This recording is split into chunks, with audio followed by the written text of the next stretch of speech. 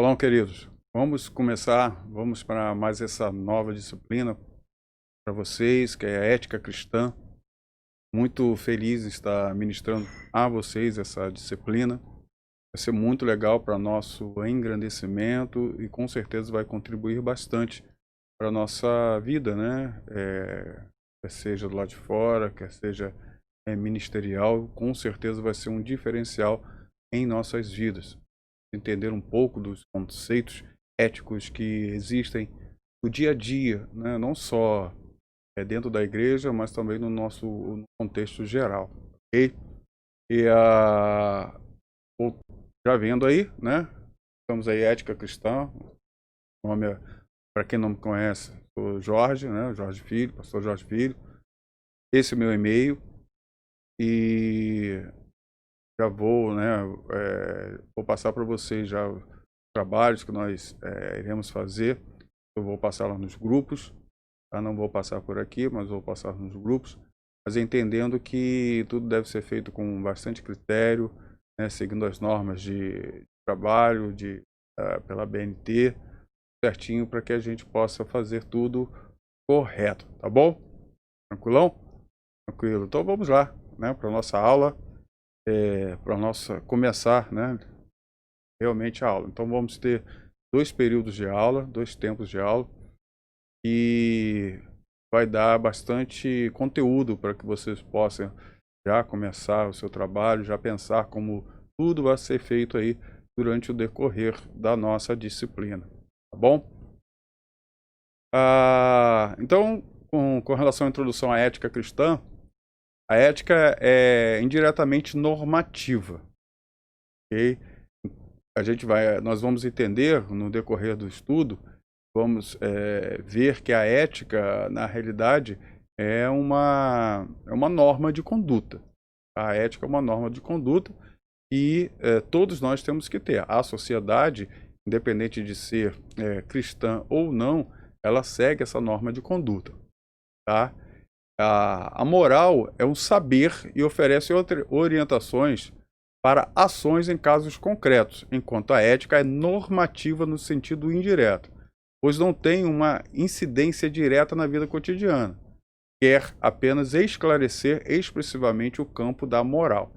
Então a ética e a moral, elas andam juntos. A moral é o que realmente rege todos os conceitos, mas a ética, ela deixa um campo de entendimento normativo para as nossas vidas, ok? Nós vamos entender alguns conceitos de ética. Deixa eu sair aqui da frente, para vocês poderem ler os slides aí certinho. Então, estudo de ethos, né? A palavra ética vem do grego ethos. Originalmente tinha um sentido de morada, lugar em que se vive. Então, a palavra ethos, né, vem essa palavra, né, no seu original, lugar onde se vive. Posteriormente significou caráter, modo de ser, que se vai adquirindo durante a vida. Todos nós sabemos, e nós vamos adquirindo com o passar do tempo o conhecimento, tudo aquilo que nós sabemos hoje. E isso vai normatizando a nossa vida, ou seja, vai criando uma ética. Tá? Então, o termo moral procede do latim mores, que originalmente significa costume, e em seguida passou a significar modo de ser, caráter. Então, nós vemos que a palavra ethos e a palavra mores, ela tem um significado quase que igual, ok? Significado quase que igual. A gente vai dirimir, vamos esclarecer isso com mais detalhes em alguns minutos, um pouco mais à frente. Portanto, as duas palavras têm um sentido quase idêntico, quase. Não obstante, no contexto acadêmico, o termo ética refere-se à filosofia moral, isto é, ao saber que reflete sobre a dimensão da ação humana, enquanto que moral denota os diferentes códigos morais concretos. Então, a moral responde à pergunta: o que devemos fazer? E a ética, por que devemos? Ok? Então, a moral, ela fala o que devemos fazer. Então, é direto. Então a moral ela fala daquilo que é direto, o que devemos fazer. Mas a ética ela entra no estudo do que, por que devemos fazer isso? Qual o motivo disso, tá? Então a ética ela responde essa pergunta, ela responde este questionamento. Por que devemos? E como ética cristã, nós vamos entender o porquê devemos praticar essa ética mediante a palavra de Deus, tá bom? Então os elementos, o elemento formador da subjetividade humana, é isso aí, tá? A subjetividade é o mundo interno de todo e qualquer ser humano. Então todos nós, né, seres humanos, nós temos o nosso interior. Então isso é individual, ok? Isso é individual, é de cada um de nós. Então este mundo interno é composto de quê? De emoções, sentimentos e pensamentos, que por sua vez é formado por todos os conceitos aprendidos no meio social em que estamos inseridos. E esse meio social ele vai crescendo, ele vem do núcleo principal onde você está inserido. E que núcleo é esse? É a família. Ali começa a sua moral, ali começa a formação do seu caráter. Não estamos falando agora do temperamento, né? Nós estamos falando do temperamento da pessoa, da personalidade da pessoa, que é formado de temperamento e caráter, ok? Estamos falando agora de caráter, porque o temperamento, aquilo que a pessoa isso é dela e não muda, ok? Mas o caráter muda, o caráter ele pode ser transformado no decorrer da história da pessoa, viu? Tem que ficar claro. Mas o núcleo principal, que é a família, ali começa-se a formar a moral e a ética daquela pessoa. Ali os pais eles vão começar a dizer, pode isso, não pode aquilo. Às vezes com a questão do porquê não pode. Às vezes, felizmente, nós temos essa premissa de simplesmente dizer às vezes que não pode ser feito, mas não explicamos o porquê. Mas a ética, né, ela traz essa conotação de explicarmos o porquê não podemos fazer, tá? Então os conceitos, né, então lembrando, né, esse mundo interno, né, subjetivo, cada um de nós, ele é formado por todos os conceitos aprendidos nos meios sociais em que estamos inseridos. Então, como falei, começa na família, depois aí a criança já sai, já vai para vamos dizer, para o jardim da infância, ela já começa a socializar com os coleguinhas, né, com os professores, aí ela começa a sair na rua, começa a ir no shopping, começa a ir nos mercados, brincar no parque com outras crianças, e isso vai formando todos esses conceitos durante a sua vida inteira, tá bom?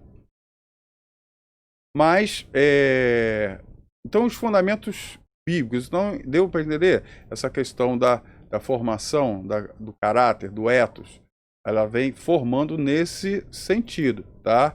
Voltando aqui, então é formado por todos os conceitos aprendidos nos meios sociais em que estamos inseridos, todos eles, tá?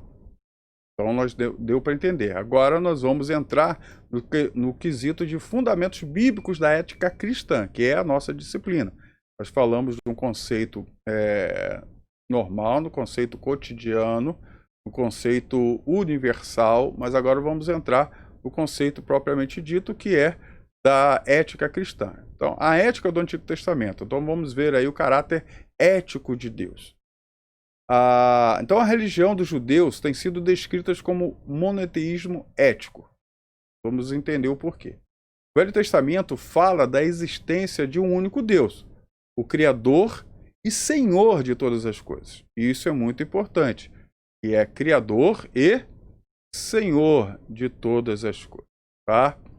E nesse sentido nós começamos a perceber que esse Deus que criou tudo, ele também gerencia tudo isso. Gerencia. Tá? Aí como nós falamos que a ética é uma questão de norma, é uma normativa da moral,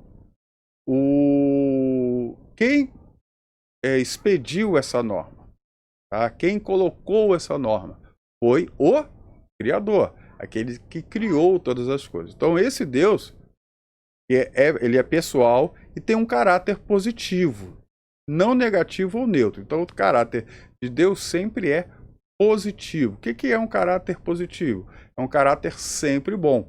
É alguém ou algo que sempre é bom, sempre está observando, buscando, acentuando o bom. Tudo que ele faz é para o bem, nada e nunca será para o mal. Então o caráter de Deus é um caráter positivo. Ele não é negativo ou neutro, sempre positivo. Então esse caráter se revela em seus atributos morais. Nós temos aí vários textos bíblicos que nós não vamos ler, né? Não há necessidade. É claro que você, quando estiver vendo essa aula, e você vai estar com a sua Bíblia também, olhando esses versículos para que você possa entender melhor. Mas eles falam com relação à santidade de Deus. Deus é santo, Deus é justo, Deus é verdadeiro, Deus é misericordioso, Deus é fiel. Então nós conseguimos observar que esses atributos de Deus, né, esses atributos morais de Deus, formam o caráter dele. E como nós observamos, ele é o quê? Positivo, tá? Um caráter positivo, tá bom? E vendo essa questão desse caráter positivo de Deus, nós vemos agora a natureza moral do homem. Ok? As escrituras afirmam que Deus criou o ser humano à sua semelhança. Imagem e semelhança, lá em Gênesis 1, 26 e 27. Isso significa que o homem, ele partilha, ainda que de modo limitado, porque o homem, após Adão, após a queda, né, ele é um homem caído, é um homem que não tem a sua moral ou ética fundamentada na moral e ética de Deus. Okay? Mas aqui estamos falando também agora não daquele homem pecador, mas daquele homem redimido, porque é uma ética cristã, é a ética daqueles que agora são de Cristo. Okay? Então nós estamos indo nessa direção, a ética daqueles que são de Cristo. Então, embora o pecado seja distorcido, essa imagem divina no ser humano não a destruiu totalmente. Okay? Então essa queda de um homem, né, não tirou de nós todo esse caráter. Não estamos fora disso. Okay? Estamos reagindo. Independente de conhecermos as leis de Deus ou não, isso está intrínseco dentro do homem. Nós sabemos, por exemplo, que matar é errado. Sabemos que roubar é errado. Independente de ser cristão ou não. Cristão ou não. Ou seja, em qualquer cultura nós sabemos que isso é errado. Mas nós entendemos que o Criador declarou que isto é errado. Ok? O Criador ele fala isso, mas isso está escrito dentro de nós, está dentro do nosso DNA, vamos dizer assim. Então Deus requer uma conduta ética das suas criaturas. Então, sede santos, porque eu sou santo. Então, como Deus não é um atributo moral de Deus, a questão de a santidade, então ele quer que aqueles que têm semelhança com ele também estejam na mesma vibe, na mesma linha, no mesmo pensamento dele também, tá? Esteja na mesma direção. É isso que nós entendemos com relação à ética cristã. Nós vamos entender mais aí. Então, com relação à lei de Deus. Então, a lei expressa o desejo que Deus tem de que suas criaturas vivam vidas de integridade. Então Deus, ele deseja, ele quer que todos nós sejamos íntegros em tudo aquilo que fazemos, em tudo aquilo que realizamos.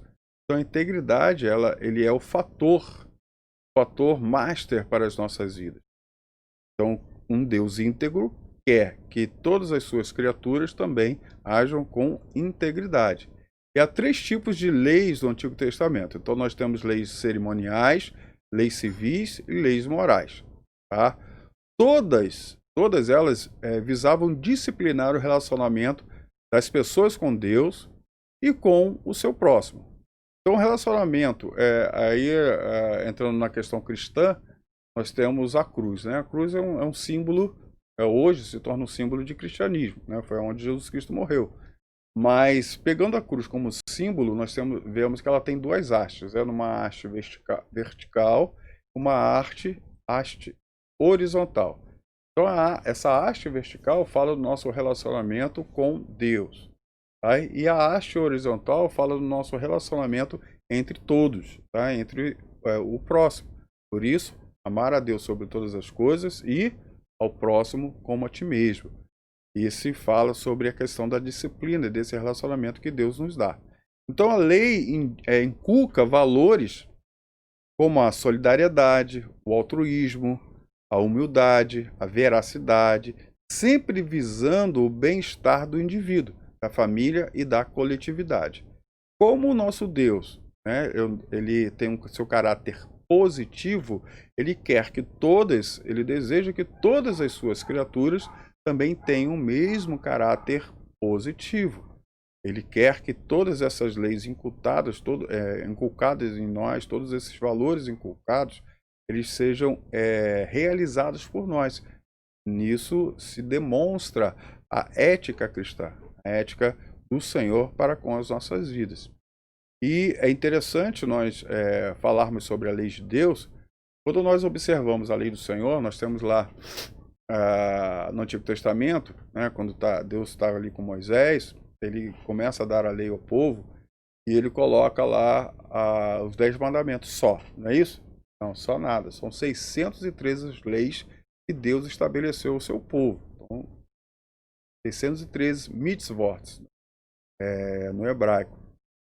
Então são 613 leis que Deus estabeleceu. Essas leis, elas são tanto positivas como negativas. Então são leis boas e leis mais? Não é positiva e negativa nesse sentido. É positiva no sentido de faça isso, faça. Então, positiva para fazer e negativa para não fazer. Então nós temos aqui temos um grupo de leis que são positivas e algumas que são negativas. Ou seja, faça isso, faça aquilo outro. Então são positivas.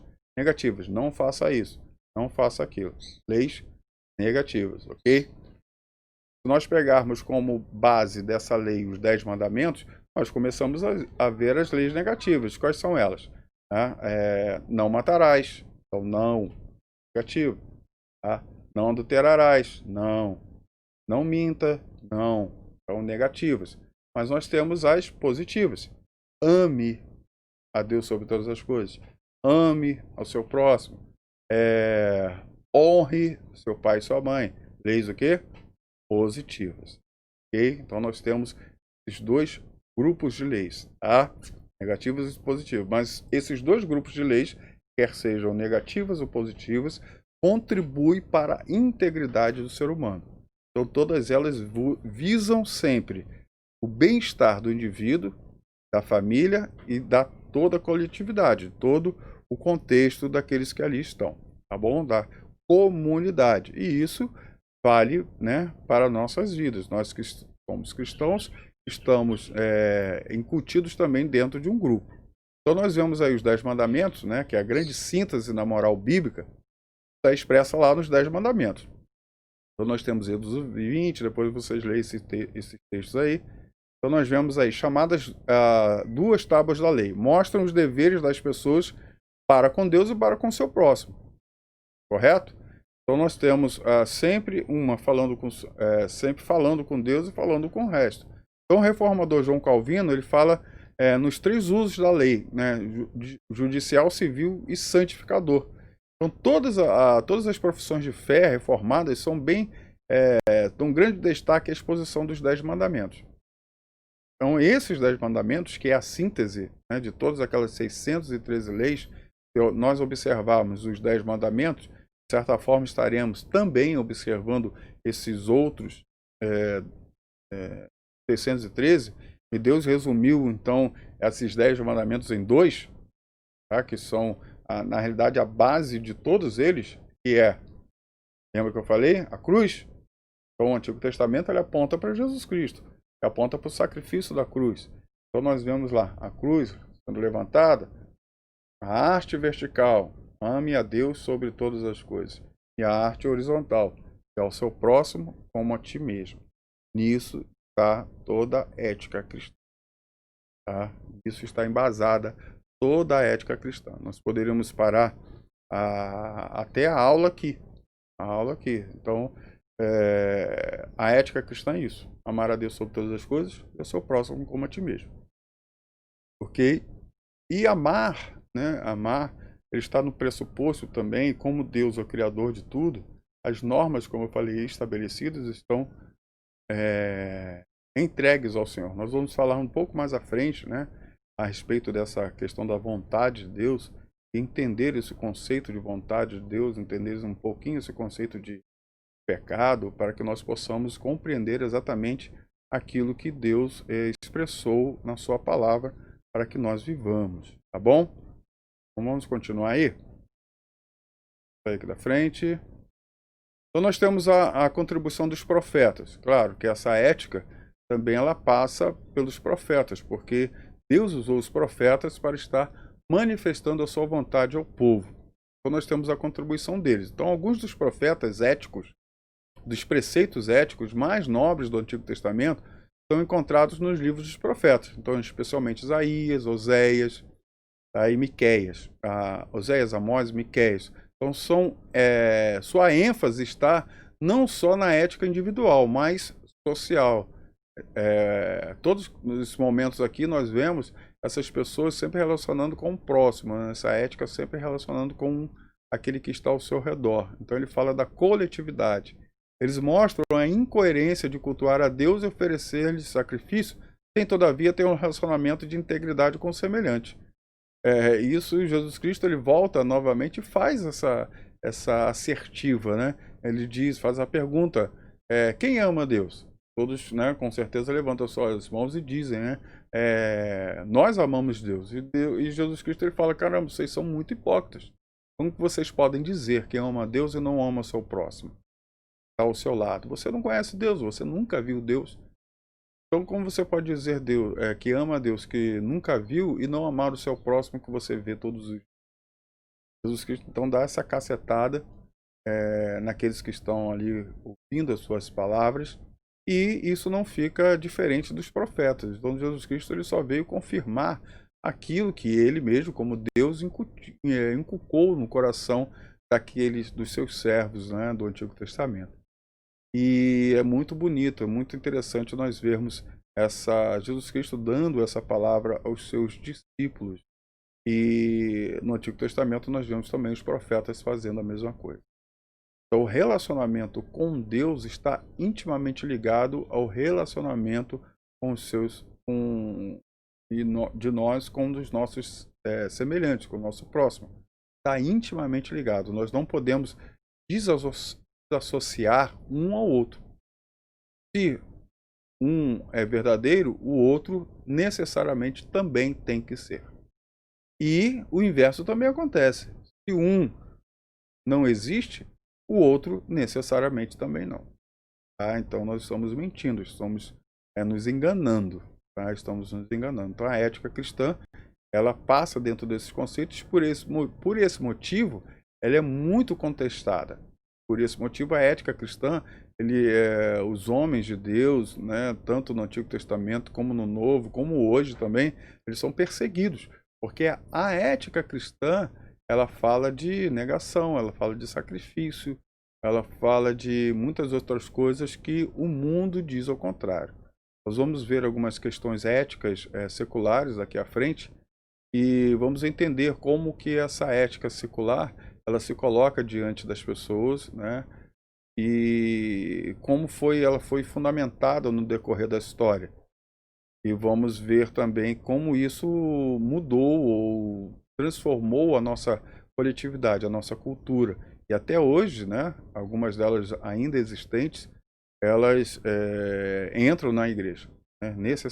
Necessariamente entram na igreja, porque nós estamos, as pessoas vêm do mundo, né, vêm do mundo e trazem esses conceitos. E quando aqueles que já estão dentro da igreja não combatem esses conceitos, eles passam a se enraizar dentro da comunidade e depois que se enraiza, fica difícil de arrancar a planta.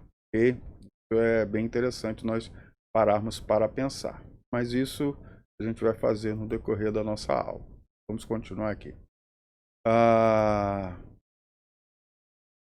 Aí. Então, a pessoa de Jesus Cristo como fundamento primeiro. Então, a ética do Novo Testamento não contrasta com a do Antigo Testamento, mas neles fundamenta. Foi o que eu acabei de dizer. Os profetas não falam dessa questão desse amor, não somente a Deus, mas também ao seu semelhante. Jesus Cristo, ele se fundamenta dentro também desses conceitos. A Jesus Cristo, de forma alguma, existe um erro muito grande. Jesus Cristo, ele veio reformar a lei. Não, Jesus Cristo não veio reformar a lei. Ele veio trazer um conhecimento, uma interpretação assertiva com relação à lei estabelecida por Deus. É claro que nós, como nós já falamos, essa lei ela é dividida em 3 grupos, tá? Em 3 grupos.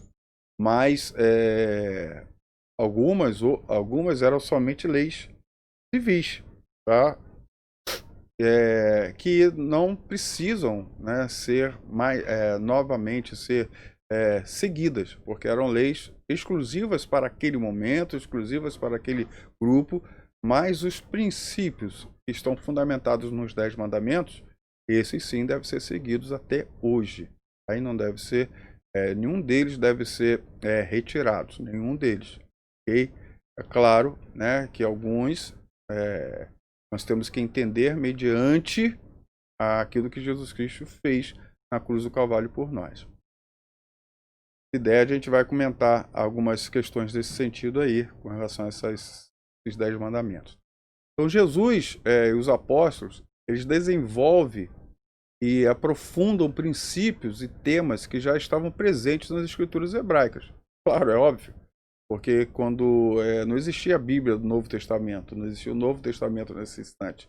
Então a única palavra de Deus que existia era a Tanakh. Era a Tanakh. Você que talvez esteja chegando agora, que ainda não fez panorama bíblico, Tanakh é a Bíblia do Antigo Testamento. Que é a Torá, tá? Que hoje nós chamamos de Pentateuco. Nós temos o Nevlim e temos o Ketuvim. Não dá assim para fazer uma separação igual a que nós temos, tá? De profetas maiores, profetas menores, históricos, isso não dá para fazer dessa forma. Tá? Mas a Bíblia hebraica se divide nesses 3 grupos literários. Tá? 3 grupos literários, ou seja, nós temos a Torá, nós temos o Nevlim, nós temos o Ketuvim. Tá? Quando você estudar o panorama bíblico, que ainda não estudou, você vai ver essa separação aí literária, como os judeus fazem, né? Na realidade, nós temos 39 livros, eles têm 22, porque eles juntam vários livros, né? Não existe, para eles, não existe primeiro e segunda reis, é só um reis. Êxodo e Neemias não existe, é só um livro. Crônicas é só um livro, primeiro e segundo Samuel é só um livro. Aí isso vai encurtando para dar os 22 livros. Tem um motivo, porque o alfabeto hebraico também são 22 letras. Então eles mantêm, né, fazem essa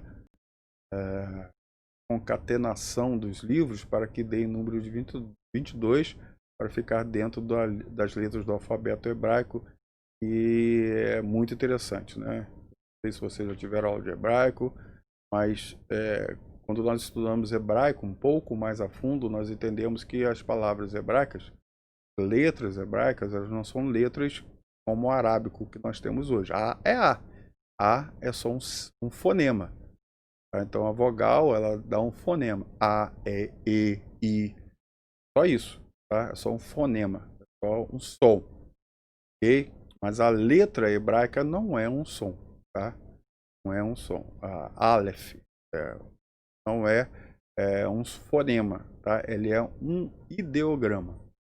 Então a palavra, a letra Aleph, ela traz um significado. Tá? Nossa aula não é de hebraico, mas ela traz um significado. A gente vai fazer, né, falar muito sobre isso. Quando você tiver aula de hebraico, você vai aprender. Pergunte isso, né? A pessoa com certeza vai falar a respeito disso aí. Ok? Não dou aula de hebraico, né? Pode ficar tranquilo. Tenho conhecimento, mas não dou aula de hebraico, não. Graças a Deus. A hebraico é muito, não complicado, mas complexo para a gente entender algumas coisas que são tremendas na palavra hebraico, ali, no idioma hebraico. Mas vamos voltar aqui. Onde eu estava? Ok. Então nós temos aí ele pegando as escrituras hebraicas, dando também alguma ênfases novas. Então Jesus Cristo não é ele não vai trazendo coisa nova, mas ele vem mostrando o que realmente aquilo significa. Então a ética de Jesus está contida nos seus ensinos, né? E é ilustrada pela sua vida. É óbvio, né, que se você tem uma fala, no caso de Jesus Cristo, além da fala, você tem que ter também um modus de vida concernente com a sua fala. Tá? Tem que ser concernente com a sua fala. Isso é muito importante. Nós que somos cristãos, nós temos que entender isso. Aquela fala, né, faça o que eu falo, mas não faça o que eu faço, isso para o cristão não existe. Eu gosto de pegar sempre o texto lá, 1 Coríntios capítulo 11, versículo 1. Nós vemos lá, né, se você pegar na sua Bíblia e ler, está escrito lá, Paulo declarando aos Coríntios: sejais meus imitadores como eu sou de Cristo. Como eu costumo dizer, Paulo tá dizendo que o pessoal de Coríntios deveria ser imitador de quem? Aí a maioria da pessoa fala, de Cristo. Não, ele está falando isso. Sejais meus imitadores. Então, ele não está falando, faça o que eu falo, mas não faça o que eu faço. Não, ele está dizendo, faça o que eu faço. Eu sou imitador de Cristo. Então, você quer imitar a Cristo? Me imite. Então, a vida cristã deve ser dessa forma, imitando os passos do Mestre. Então, nós temos que ser o reflexo do Mestre, reflexo de Jesus Cristo. Ok? Está dando para entender? O tema central da mensagem de Jesus é o conceito do reino de Deus. Esse é o conceito central. E esse reino é óbvio, né? É óbvio que ele tem uma cartilha, ele tem uma norma, tá? Ele é normatizado, ok? Ele é normatizado. Todo país tem uma constituição, todo país tem as suas leis. Essa lei, essa normatização é a sua ética, exatamente. Então este reino expressa uma nova realidade em que a vontade de Deus é reconhecida e aceita em todas as áreas. Jesus não apenas ensinou os valores do reino, mas os exemplificou com a vida e, principalmente, o seu exemplo. Ele deu exemplo de tudo, tá? Então, uma das melhores sínteses da ética de Jesus está contida no Sermão da Montanha. Tá? Nós vemos lá no livro de Mateus, do capítulo 5 ao capítulo 7. Então nós temos os discípulos, né, que são os filhos do reino, devem caracterizar-se pela humildade, mansidão, misericórdia, integridade, busca da justiça e da paz, pelo perdão, pela veracidade, pela generosidade e, acima de tudo, pelo amor. Vamos pegar aí um exemplo muito simples, muito básico que nós temos com relação a esse Sermão da Montanha. Quando perguntaram a Jesus Cristo como se devia orar, como nós devemos orar ao Pai. Naquele momento ali, né, quando a gente lê somente a Bíblia, tem um estudo aprofundado, a gente não entende muito o que Jesus Cristo fez ali. Na realidade, ele pegou várias orações que já eram realizadas na época e ele pegou essas orações e juntou. Tá? Ele pegou essas orações e juntou elas, né? Juntou essas orações e colocou alguns elementos, claro, alguns elementos novos. Tá? E eu vou falar a respeito aqui de um elemento novo que ele colocou nessa oração. É muito interessante. E essa oração qual é? Nós conhecemos que a oração do Pai Nosso, né? Antigamente falado, oração do Pai Nosso.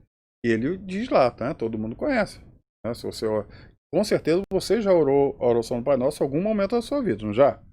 Claro, todos nós já fizemos isso. Se você é cristão, você já fez essa oração, a oração do Pai Nosso em algum momento da sua vida. E ela diz lá, né? Oração do Pai Nosso. Pai nosso que está no céu, santificado seja o vosso nome, venha a nós o vosso reino, seja feita a vossa vontade, como é feita na terra, assim como nos céus. O pão nosso de cada dia nos dai hoje. Agora ele diz algo interessante. Perdoai as nossas ofensas, assim como nós perdoamos a quem nos tem ofendido. Esse termo, ela não existia anteriormente, mas ele coloca nessa oração, tá? E é interessante, não sei se você já orou, como muitos momentos, mas existe, por exemplo, existe no seu coração alguma falta de perdão a alguém? Existe? Porque na oração você disse, Pai, somente me perdoa eu perdoar todos aqueles que me ofenderam. É isso que ele diz? A ética cristã que Jesus Cristo está mostrando, ela está dentro dessa linha. Dentro dessa linha. E ela é séria. Tá? Ela é séria. E nós, não sei se existem advogados aí no nosso meio, mas se existir, você sabe que transgredir a lei é um crime. Tá? É um crime. Alguns poderiam chamar, tem alguns que são contravenções, outros são crimes, tá? Mas dentro da lei de Deus, transgredir essa lei é crime, tá? E nós não devemos ser criminosos do reino, tá bom? Então vamos voltar aqui. Mateus 5:28 diz: a fonte do mal está onde? No coração. E nós temos lá, né, a vontade de Deus. Jesus acentua que a vontade ou o propósito de Deus é o valor supremo. Você prestou atenção? A fonte do mal está onde? No coração. Então, nós temos que entender que do coração humano não vem, nunca virá algo de bom. A fonte do mal está no coração. Mesmo que exista, isso tem que ficar bem claro. A verdade, ela não tem 99%. Ok? Se tiver 1% de mentira, é mentira. Então a verdade é 100%, nunca 99%. O coração do homem, mesmo que ele seja muito bom, né, muito bom, ele sempre vai ter uma mentirinha. E aquilo nunca é legal. Mas nós temos o valor supremo. E qual é? O valor de Deus. Então, o propósito de Deus. A vontade de Deus sempre será esse valor supremo. E esse valor supremo não tem nada a ver com a minha vontade ou com o meu querer, mas sim com a vontade e o querer do Criador e Senhor. Então vemos isso, por exemplo, em Mateus 19:3-6. Tá? O maior pecado do ser humano é o amor próprio, o egocentrismo. Infelizmente, o homem ele tem a direção sempre de olhar para si mesmo. Por isso o Senhor fala, né? Pedis e não recebeis, porque pedis mal, né? E como que ele diz pedir o mal? Porque você tinha que pedir gritando, você tinha que pedir no monte, você tinha que pedir ajoelhado, você tinha que pedir como, né? Voltado com sua cara para a parede. Como que você deveria pedir? Como você deveria pedir? Mas ele responde no restante do texto: pedis e não recebeis, porque pedis mal, porque pedis para o vosso próprio deleite. Então, você entende que o seu pedido, o seu clamor, não deve nunca ser um valor ou um pedido individual para o seu próprio coração, para o seu próprio deleite. No reino, entenda isso. No reino de Deus, nada é meu, tudo é nosso. Tudo é nosso. Claro que esse conceito nós só vamos conseguir entender verdadeiramente quando Jesus Cristo reinar em pessoa, porque nós temos um rei e um reino que ainda não existe, tá? Nós temos ainda os súditos desse reino ainda estão sendo colocados, estão sendo trazidos, mas esse reino ele ainda não existe. Ele vai existir. Ele existirá em determinado momento fisicamente. E quando esse reino estiver fisicamente ali sendo colocado, aí nós veremos todas essas circunstâncias, tudo isso sendo realmente colocado. Mas no reino, quando nós entendemos a palavra do Senhor, quando nós entendemos os seus conceitos, nós entendemos que no reino nada é meu, tudo é nosso. Tá bom? Então daí a ênfase nos 2 grandes mandamentos que sintetizam toda a lei. Outro princípio fundamental é a famosa regra de ouro, tá? Regra de ouro. E qual é essa regra de ouro? Qual é? Tá? Exatamente Mateus 7:2. Porque com o juízo em que julgardes, sereis os quê? Julgados. E com a medida em que estiverdes medidos, vos hão de medir a vós. Então, o texto ele fala exatamente isso. Eu vou ser julgado à medida que eu julgo. À medida que eu julgo. Isso é muito importante nós entendermos. Eu costumo dizer, dar um conceito da seguinte forma. Eu tenho 1,85 m.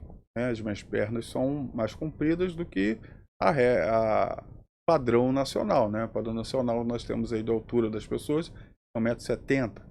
Então as pernas são mais curtas. Se eu, num percurso de 10 metros, tá? De 10 metros, eu com passos normais, né? Com 12 passos, eu chego a uma parede. Mas se você pegar uma mulher padrão nacional, né, que é 1,60 m, ela será necessário dar 15 passos para conseguir percorrer os 10 metros, né, chegar aos 10 metros. O que eu estou querendo dizer com isso? O percurso é o mesmo, a distância é a mesma, mas eu, por ter passos mais longos, eu consegui alcançar esse percurso com menos passos. A outra pessoa, né, por ter pernas mais curtas, teve que dar mais passos para alcançar esta mesma distância.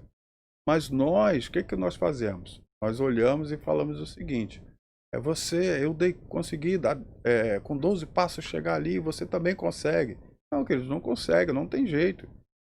Tá? Não tem jeito. Então, ela tem que dar 15 passos para chegar lá. E ela não pode ser julgada porque ela teve que dar 15 passos, não 12. Isso é muito importante, porque nós queremos que as pessoas sejam iguais a nós, né, em todos os sentidos. Mas não é assim que acontece. A pessoa ela vai conseguir vencer os 10 metros, mas seu jeito, seus passos, seu tempo, na sua velocidade. Isso fala, essa regra de ouro, ela fala muito a respeito disso. Então, com o juízo em que julgardes, serão julgados. Imagina, Deus precisa de quantos passos para alcançar esses 10 metros? Um passo? Então, se você mede, né, mede a pessoa pelos seus 12 passos, Deus vai medir você por um passo dele. Amém? Tá? Então, é mais ou menos isso que essa regra de ouro ele fala. Então, na medida que você, da forma que você mede, você será medido. Ok? E ele diz mais, né? Nós temos aí, então, falando a ética de Paulo. A ética de Paulo é óbvio, né? Se você ler Romanos, né? Eu aconselho ler Romanos. Vai te falar muito a respeito disso. É claro que nós temos outros textos aqui, mas Paulo ele fala muito a respeito do Evangelho. O livro de Romanos é o Evangelho do Novo de Paulo, né? Vamos dizer assim. É muito interessante. Bom, vamos ver. Então, a ética de Paulo. Então, Paulo baseia toda a sua ética na realidade da redenção em Cristo. Sua expressão característica é em Cristo. Sempre em Cristo, em Cristo.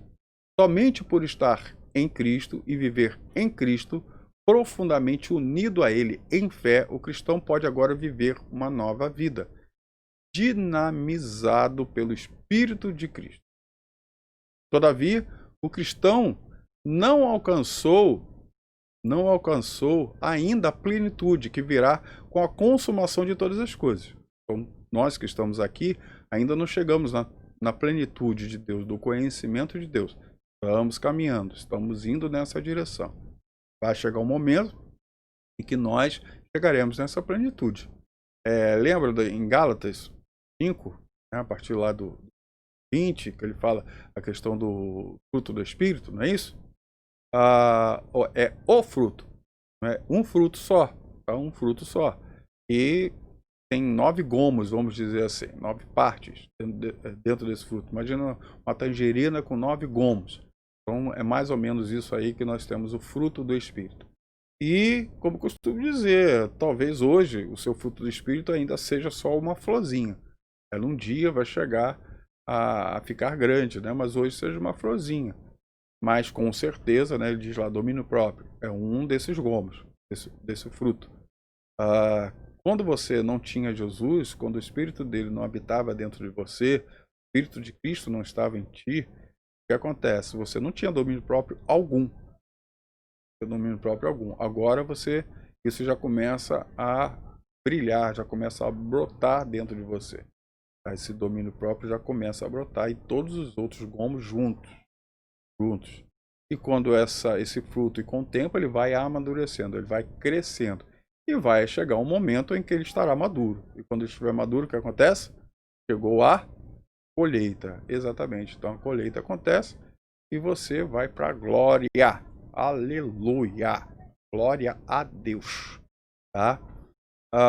Então, todavia, o cristão não alcançou ainda a plenitude, que virá com a consumação de todas as coisas. Ele vive entre dois tempos, o já e o ainda não. Tá? Então, o ser humano está dentro desse momento aí. Tipicamente, em suas cartas, depois de expor a obra redentora de Deus por meio de Cristo, Paulo apresenta uma série de implicações desta redenção para a vida diária do crente em todos os aspectos. É o que a gente costuma dizer. Existe a lei, existem as normas e existe a execução dessa lei e a execução dessas normas. Se nós trazemos não só a questão de Paulo, mas trazemos a questão de Tiago. E Tiago ele é mais contundente nessa fala. A mesma fala que Paulo, mas ele é mais contundente quando ele diz que nós... ele diz, pô, você tem fé? Você tem fé? Show de bola. O diabo também tem. Tá? Ele crê exatamente como você. Mas a diferença dele com um verdadeiro cristão não é crer, é colocar em prática. E ele diz, você crê? Show. Mostra-me a sua fé. Tem as suas obras, que eu mostrarei a minha fé através das minhas obras. Então a fé, a vida cotidiana do cristão, ela está baseada naquilo que você faz, não naquilo que você crê. Porque se realmente você crê, você faz. Mas se você crê e não faz, aí o apóstolo Tiago, o que ele diz? Né? O que Tiago diz? Você crê e não faz, a sua fé é morta. Então ela é inexistente, ela não existe. Porque fé necessariamente está implicada em realizar. Tá? Ok? Vamos continuar. Vamos continuar, que esse negócio de ética cristã é muito top. É muito legal para nós entendermos. Então, Romanos 12, 1, 2 diz: rogo os irmãos, pela compaixão de Deus, que apresentei o quê? Os vossos corpos em sacrifício vivo, santo e agradável a Deus, que é o vosso culto racional. E não sedes conformados, né? Conformados é tomar a forma, ficar do mesmo jeito, tá? Ficar do mesmo jeito. Não sedes conformados. Conformados é colocar em forma, tomar a forma, tá? Com este mundo. Mas sedes o quê? Transformados pela renovação. Então agora existe uma nova ética. O mundo lhe colocou uma ética, mas agora existe uma nova ética. Essa ética é a ética do reino. Então aquele que mentia não mente mais, o que roubava não rouba mais, né? Que adulterava não adultera mais. Então nós estamos agora em uma nova ética, a ética do reino. E ele diz, transformai-vos, né, pela renovação do vosso entendimento. Então entendimento está falando de alma, está falando daquilo que você sabe, daquilo que você conhece. Você entendia de um jeito e esse jeito era diferente daquilo que a ética cristã é colocada mediante a vontade de Deus. Então seu entendimento está totalmente errado. Totalmente errado. E ele tem que ser o quê? Transformado. É o que nós chamamos de metanoia. Para que experimenteis o quê? Qual seja a boa, agradável e perfeita vontade de Deus. Ok? Então Paulo fala exatamente isso. Então a mente do cristão, a mente daquele que está em Cristo, ele deve ser transformada no nosso entendimento. Então os conceitos velhos, toda a ética velha tem que ser lançada fora e ser colocada agora uma nova ética, a ética do reino, a ética da vontade de Deus, a ética daquilo que Deus expressa como certo, tá? Então nós temos que, como servos de Deus, entender isso e trabalhar isso em nossas vidas. E não somente a nós, né, mas todos aqueles que estão ao nosso redor.